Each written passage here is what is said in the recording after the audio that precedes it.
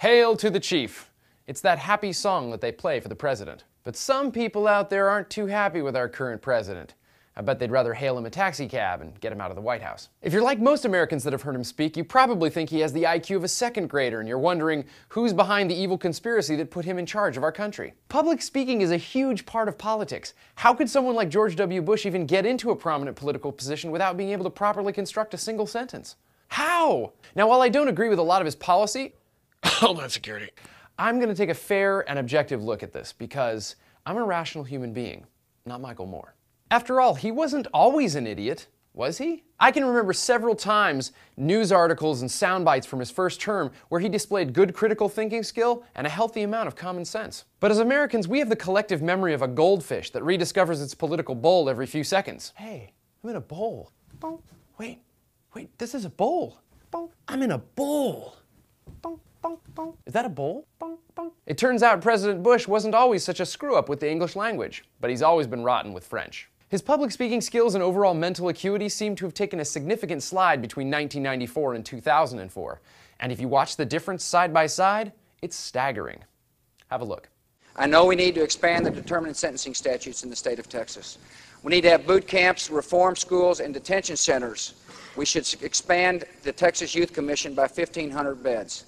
We ought to unseal juvenile records so that teachers, educators, and law enforcement officials know full well who they're dealing with. We need to say to our children, we love you. But we understand in Texas that discipline and love go hand in hand. Funding for dealing with nuclear proliferation, about 35% since I've been the president. Secondly, we've set up what's called well, first of all, I agree with my opponent that the biggest threat facing this country is weapons of mass destruction in the hands of a terrorist network.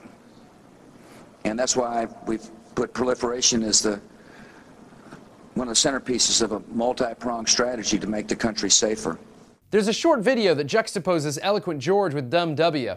We have a link to it below. www.com.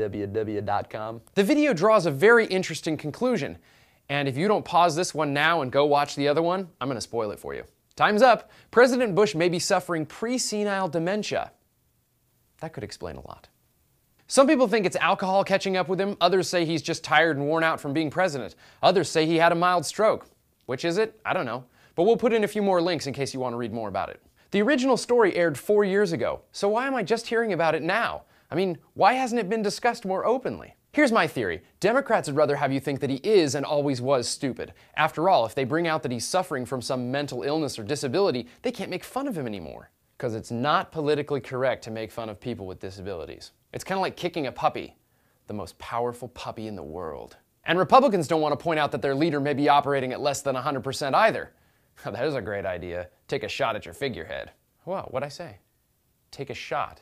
Oh no, we don't mean that literally. Hail to the chief. It's like shooting a puppy, the most powerful puppy in the world. So where does all this leave us? Maybe with a president that has pre-senile dementia, which means the world's most powerful man is suffering from a severe mental handicap. Just thought you ought to know.